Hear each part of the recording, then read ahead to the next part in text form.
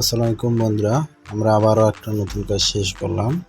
তারা কিছু ভিডিও চিত্র আপনাদের মাঝে তুলে ধরতেছি ভিডিওর মাধ্যমে। আপনারা দেখেন, দেখে আবার কমেন্টে জানাবেন কাজটা কেমন হয়েছে। আপনাদের কাছে বেশি কিছু আবদার করি না, একটা লাইক আর একটা কমেন্টে আবদার করি। আপনারা আশা করি সেটা পূরণ করবেন। আমি কিছু বর্ণনা দিই।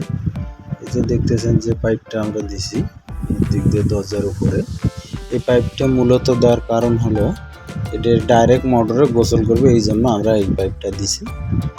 যার বাড়িতে কাজ করছি তার বাবা মূলত ঝর্ণায় গোসল করবে না, সে ডাইরেক্ট মোটরে গোসল করবে, ঠান্ডা পানি ব্যবহার করবে, এই জন্য মূলত করা। আর আমরা এখানে এই যে পানির টেপ বা কল লাগার আগে ছাড়ি দিছি এই কারণে, যাতে পাইপের ভিতর যদি কোনো ময়লা ঢুকে থাকে বা লোহার ইটের খুচরি টুচরি বা কিছু ঢুকে থাকে, পাইপটা ছেড়ে দিলে হয় কি মাথার পাইপটা দিয়ে বের হয়ে যায় ছোটো ছোটো যদি কিছু থেকে থাকে। বন্ধুরা, আজকে ভিডিওটা এই পর্যন্ত। মূলত ধন্যবাদ।